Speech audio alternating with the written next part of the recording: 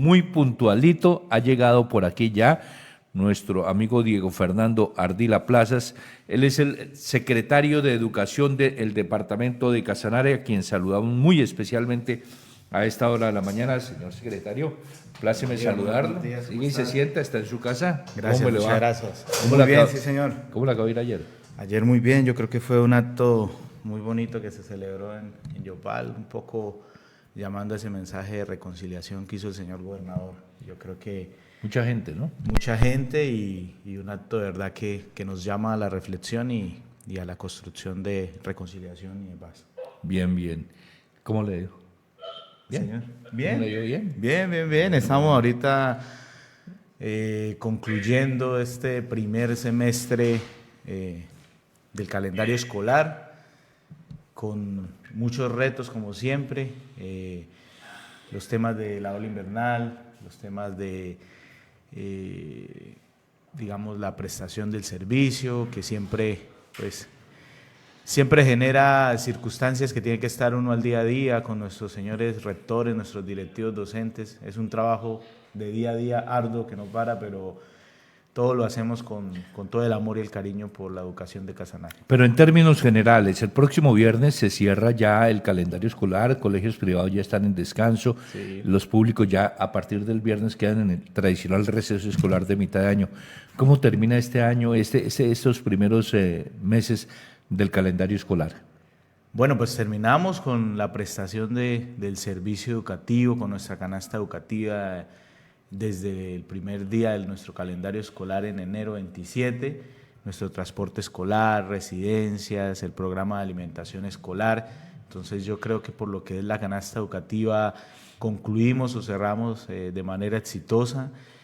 También hace poco salió el reporte del índice de competitividad para el departamento y creo que en educación primaria, básica y media obtuvimos unos resultados buenos que nos permiten avanzar y también reflexionar en lo que es el acceso a educación superior, que es un ítem en el cual sí tenemos uno de los grandes retos que hemos venido articulando con las instituciones de educación superior para ver cómo podemos mejorar el acceso, la cobertura y la permanencia, entendiendo también que un poco escapa a veces de nuestra competencia directamente el tema de la educación superior, pues por las cuestiones legales, los lineamientos normativos, pero igual hacemos ese esfuerzo por articular con nuestras universidades a través del Comité de Educación Superior del departamento, pues porque creemos y consideramos que la educación debe ser un único sistema desde el ciclo inicial, desde la educación inicial, con toda esa trayectoria educativa hasta el acceso y la permanencia en la educación superior. Pero a propósito de educación superior, veo que ustedes mantienen una muy buena relación y una muy buena intención de trabajo conjunto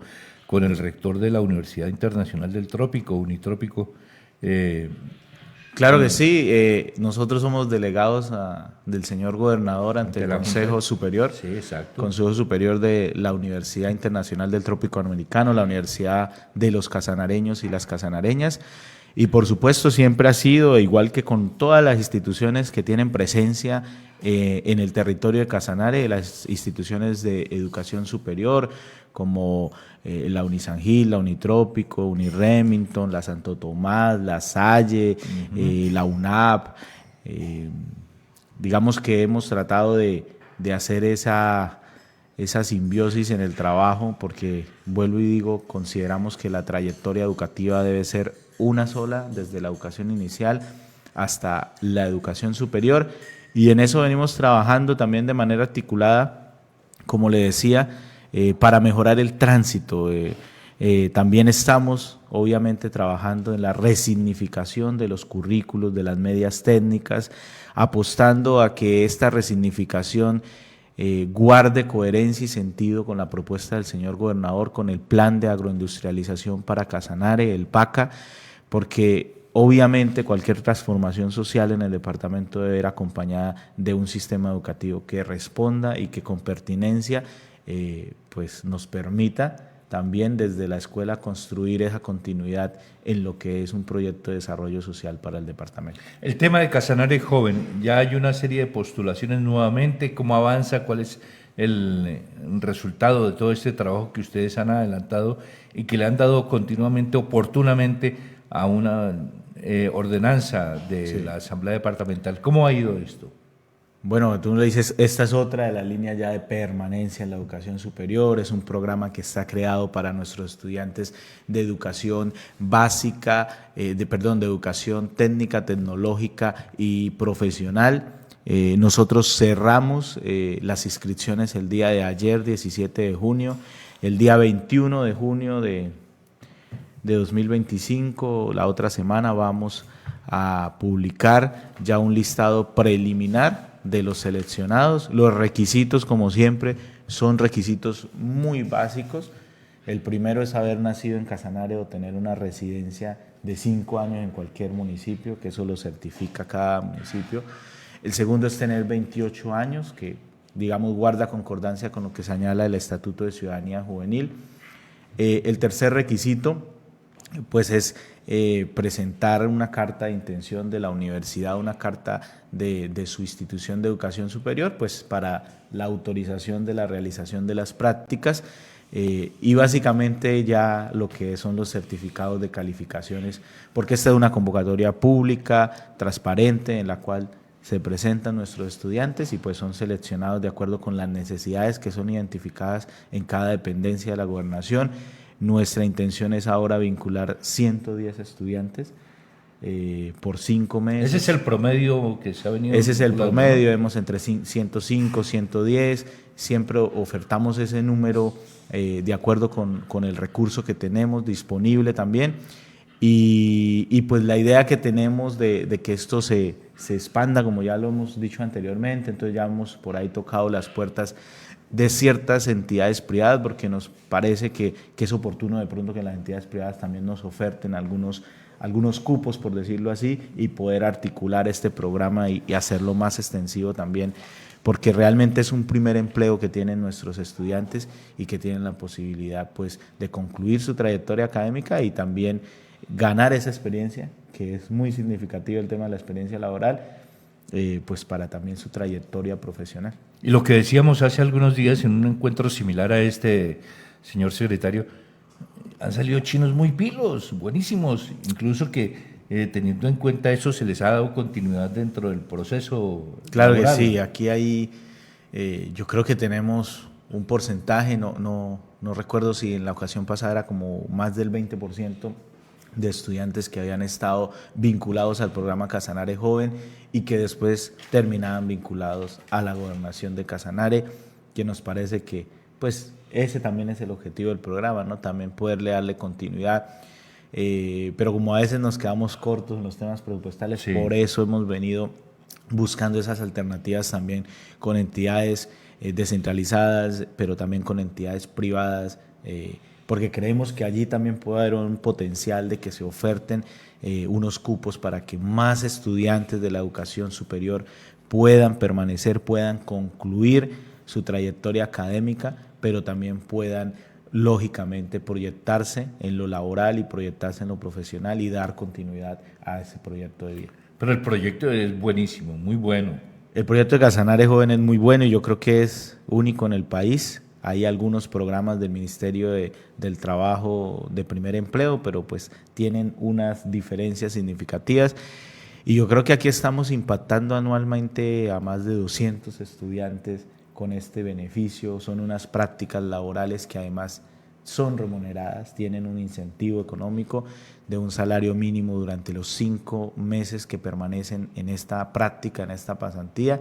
Entonces creemos que es un avance significativo en materia de educación superior y por eso venimos trabajando. Vuelvo y digo, aunque no es precisamente competencia directa de la Secretaría, obviamente entendemos que hay un único ciclo educativo y que la trayectoria de formación debe complementarse y llegar hasta ese momento que es la educación superior, y también que nos permite reflexionar con las universidades, como le digo, la necesidad de que los proyectos institucionales de cada colegio que tenemos en el departamento también sean coherentes con lo que queremos como departamento con esta iniciativa del señor gobernador César Ortiz Zorro, que es apostarle a la agroindustrialización, apostarle a la dinamización de la economía, a la reconversión, que yo creo que esa despensa agrícola con la que él sueña y que soñamos todos los casanareños y casanareñas, pues debe también articularse con el sistema educativo, pues para que tengamos éxito a mediano y largo plazo. Bien, bien. Señor secretario, uno de los problemas quienes hacemos seguimiento a las noticias que ocurren en el departamento, nos hemos encontrado con novedades acerca de la infraestructura de las instituciones educativas en diferentes municipios por el tiempo, pero el invierno les ha pegado, parece ser que las borrascas y todo eso han destruido aulas y ha puesto en riesgo la integridad de los jóvenes. Afortunadamente no ha pasado nada, pero es necesario meterle un poquito de mano a esto, a lo de la infraestructura, porque han estado históricamente abandonadas. Claro que sí. Ahí llegamos que por directriz del señor gobernador también se han establecido como varias estrategias, ¿no? Y las voy a comentar aquí. Una estrategia que ha resultado exitosa, digamos, en términos de la articulación que tenemos con el ministerio, con la industria privada, es el de obras por impuestos.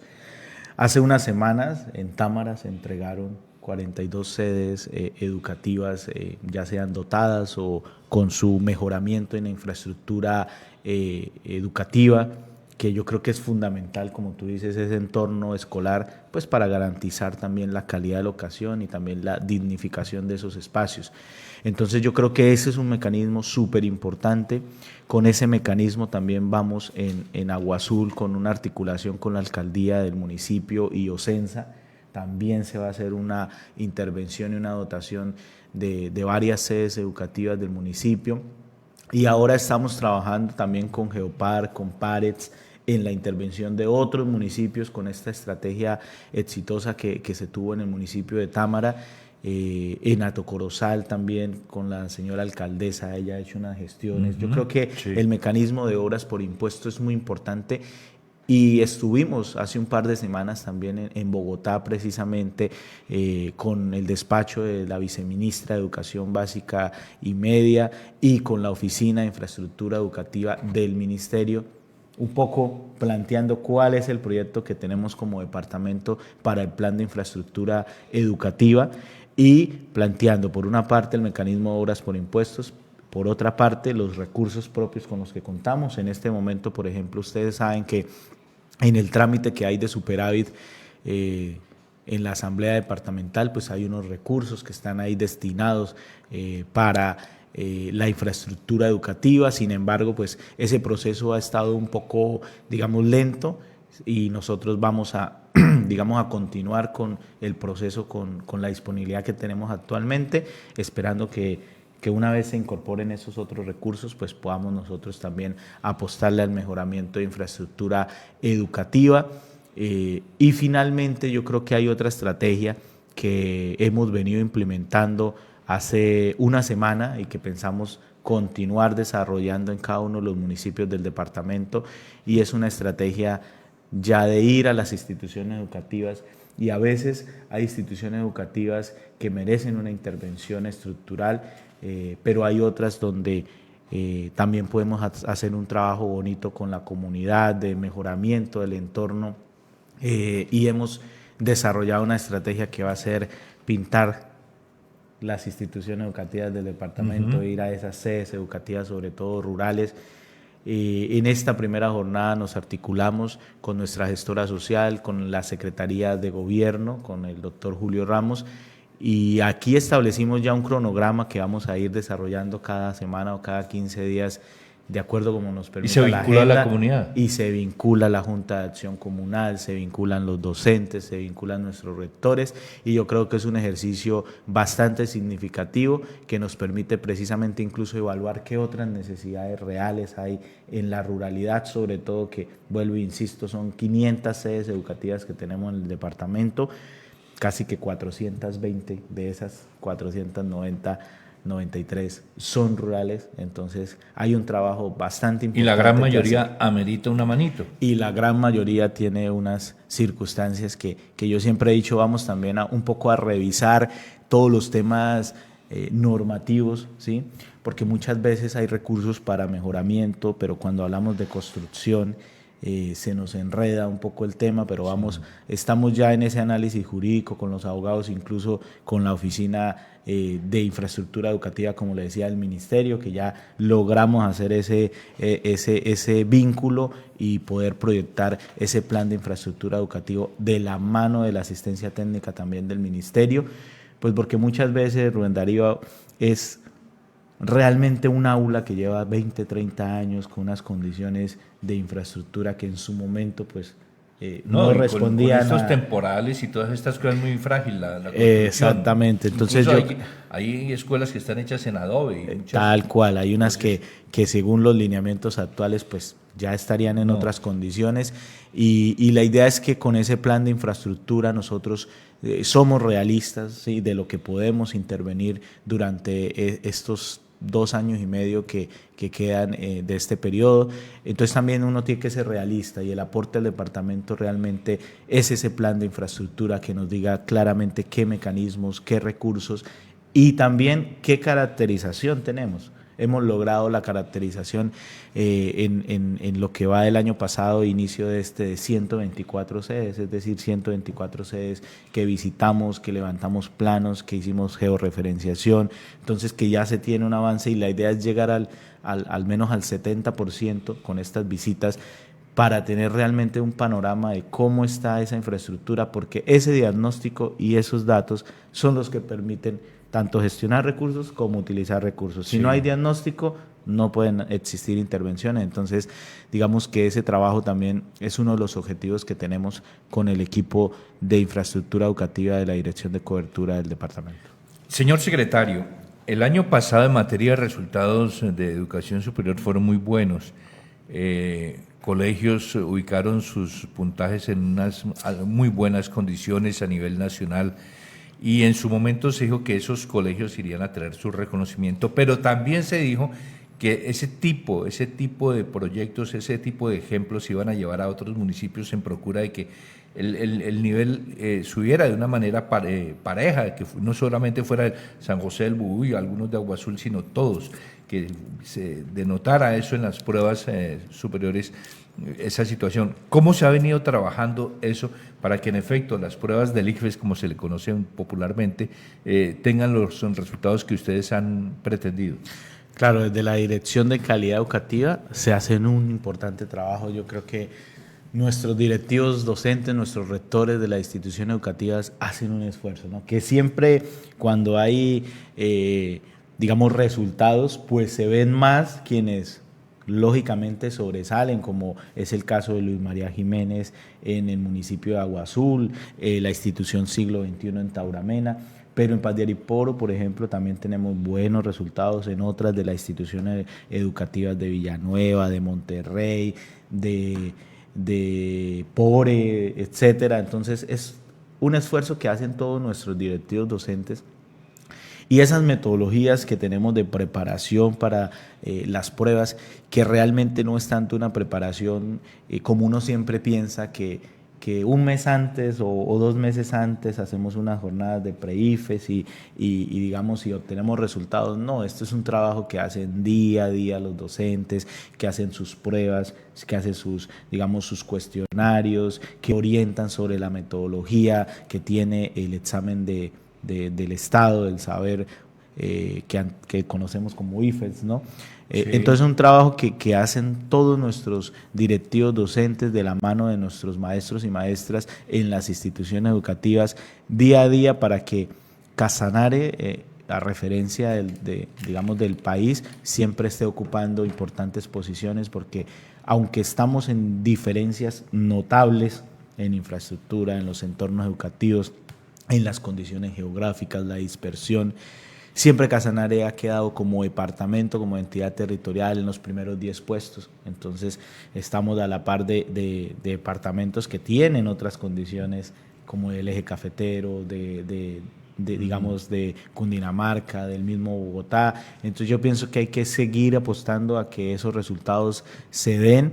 Y parte de esto, vuelvo y digo siempre, el tema de calidad educativa, nosotros siempre vemos la canasta educativa, el PAE, el transporte, siempre estamos hablando de infraestructura, siempre, exacto, estamos hablando de eso que es estructural, pero detrás de todo eso está el tema de la calidad educativa, que es un trabajo, digo yo, silencioso, porque es el del día a día, el que nadie nota, el que es a mediano y largo plazo, y el que nos ha ido dando resultados. Yo le decía, por ejemplo, en el índice de competitividad, educación es uno de los sectores que aportó, digamos, a incrementar esa posición, ese puntaje que tenemos como departamento.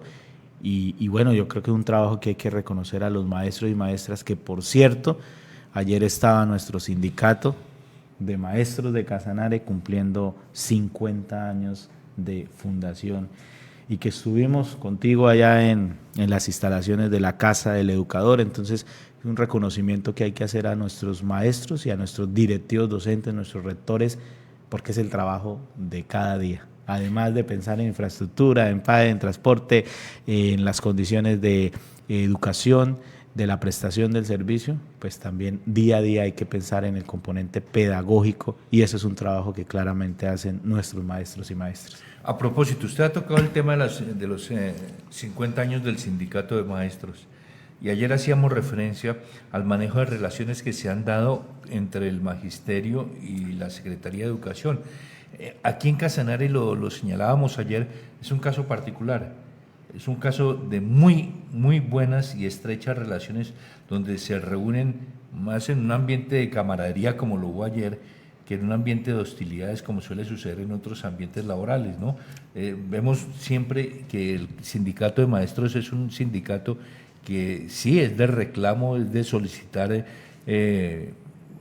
favorabilidades para sus profesores, pero lo hacen de una manera muy decente, si el término se me permite. Claro que sí, yo creo que con los diferentes presidentes, cuando recién llegamos estaba Juvenal, ahora está el licenciado Héctor Rangel, pero también, por ejemplo, con Luis Eduardo Correa, que es de la CUT y que también, pues lógicamente, fue presidente también del sindicato de maestros. Pues siempre hemos guardado, yo creo que hay una coherencia en cuanto a que la educación pública, por encima de cualquier circunstancia que haya gubernamental, tiene que ser un objetivo como sociedad. Y para Casanare, la calidad de educación, pues yo creo y debe ser un tema que está por encima de cualquier pensamiento, circunstancia, por ejemplo, política, sino que debemos siempre apostar. Yo les decía, a la educación de los niños y niñas y a la dignificación de la profesión docente, porque también nosotros como entidades territoriales un poco dependemos siempre mucho del Ministerio Nacional, ¿no? Del Ministerio de Educación Nacional, que es como quien parte los lineamientos, estructura nuestras necesidades de planta, etcétera, incluso los recursos para el funcionamiento.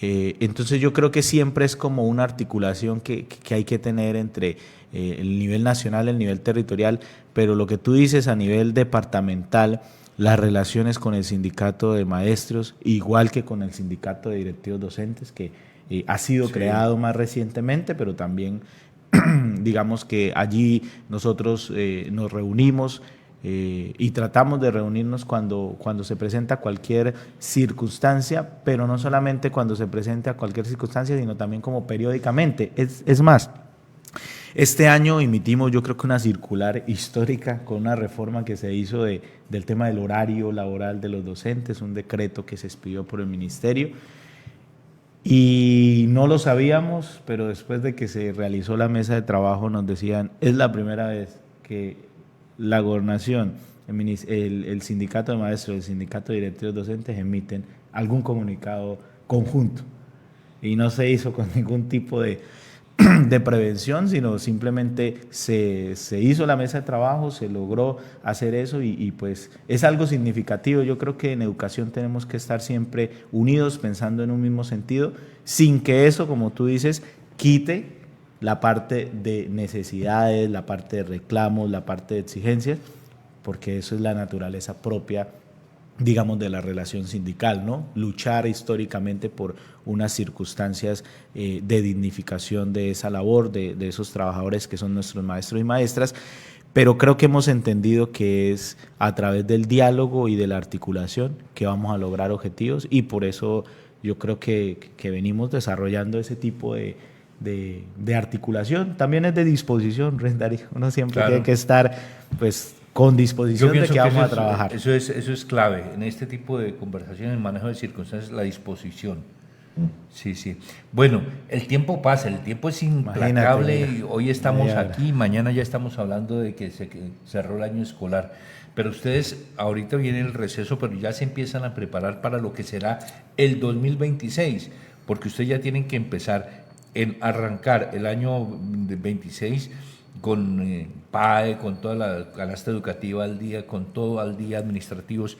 Eso implica una serie de llamados a la asamblea departamental para vigencias futuras y todas estas cosas.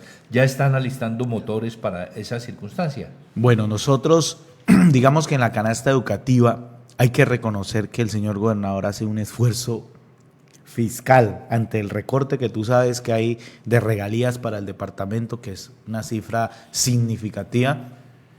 El señor gobernador ha dado prioridad al transporte escolar, que nos vale más o menos 50 y algo de millones, 50.000 millones y un poquito más al año, que es una cifra significativa, vuelvo y digo, por eso ese reconocimiento hay que hacerlo, porque en otras entidades territoriales pues realmente se priorizan otras cosas, ¿sí?